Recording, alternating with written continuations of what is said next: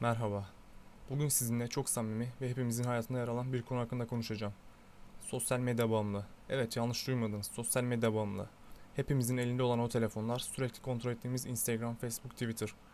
Her boş anımızda elimizin gittiği, bildirim geldi mi diye kontrol ettiğimiz uygulamalar. Kim ne paylaşmış, kim ne yapmış, hangi fotoğraf kaç beğeni almış. İşte bugün bu konu hakkında açık ve dürüst olacağız.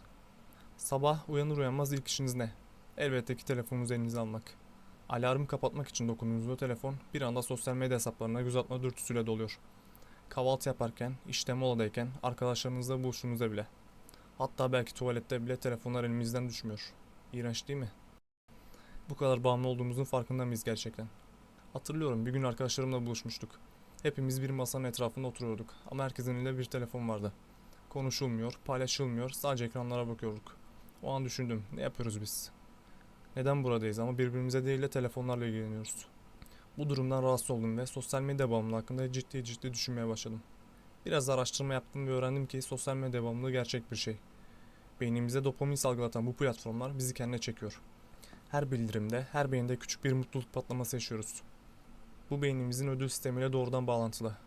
Dopamin bizi iyi hissettiren bir nörotransmitter ve her bildirimde, her yeni takipçide, her beğenide bu madde salgılanıyor. Adeta bir kumar makinesi gibi sürekli olarak bir sonraki sefer ne olacak beklentisiyle yaşıyoruz. Ancak bu mutluluk patlamaları geçici. Bildirim heyecanı, beğeninin verdiği tatmin isteği bir süre sonra yok oluyor ve daha fazlasını istememize neden oluyor. Bir beğeni yeterli gelmiyor. Daha fazla beğeni, daha fazla takipçi arayışına giriyoruz. Tam bir kısır döngü.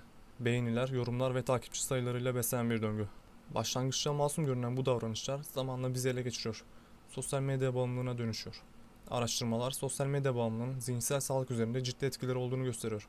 Anksiyete, depresyon, yalnızlık hissi. Sosyal medyada sürekli olarak diğer insanların mükemmel hayatlarını görmek, kendi hayatımızı kıyaslama tuzağına düşmemize neden oluyor. O kişilerin güzel tatilleri, başarı kariyerleri, mutlu ilişkileri. Bu paylaşımlar kendi hayatımızın yetersiz olduğunu hissettiriyor. Halbuki herkesin paylaşacağı anlar genellikle en güzel, en özel anlar. Kimse kötü günlerini, zor anılarını paylaşmıyor. Bu durumu fark ettiğimde kendime şunu sordum. Neden sosyal medyada bu kadar çok zaman harcıyorum? Gerçekten mutlu muyum yoksa geçici bir tatmin mi yaşıyorum? Bu sorulara dürüst cevaplar vermek zorundaydım. Ve itiraf etmeliyim ki bu soruların cevapları beni rahatsız etti. Sosyal medya bağımlılığımın hayatımı nasıl ele geçirdiğini görmek büyük bir uyanıştı benim için. Bir diğer sorun da sosyal medyanın sürekli olarak bizi bağlı tutmak için tasarlanmış olması. Bu platformlar daha fazla zaman geçirmemiz için yeni özellikler ekliyor. Hikayeler, canlı yayınlar, anketler. Hepsi bizi daha fazla ekran çekmek için. Bu kadar bağlı kalmak gerçek dünyadan kopmamıza neden oluyor. Dışarıda güzel bir gün batımı var ama biz onu Instagram'da görmekle yetiniyoruz. Gerçek hayatta yaşamak varken neden sanal bir dünyaya hapsolalım ki? Bir diğer ilginç nokta ise sosyal medyanın aslında sosyal olmaktan uzak olması.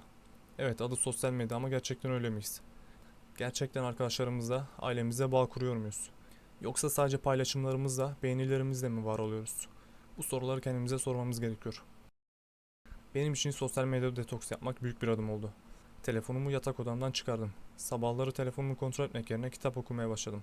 Sosyal medya uygulamalarının bildirimlerini kapattım ve bir süre tamamen uzaklaştım. Bu süreçte kendime ve sevdiklerime daha fazla zaman ayırabildim. Gerçekten önemli olan şeyleri fark ettim. Siz de kendinize bu soruları sorun. Sosyal medyada geçirdiğiniz zamanı değerlendirin. Gerçekten mutlu musunuz yoksa sadece bir döngünün içinde misiniz? Unutmayın, sosyal medya sadece bir araç olmalı, amacınız değil. Gerçek mutluluk ekranın ötesinde, gerçek hayatta sizleri bekliyor.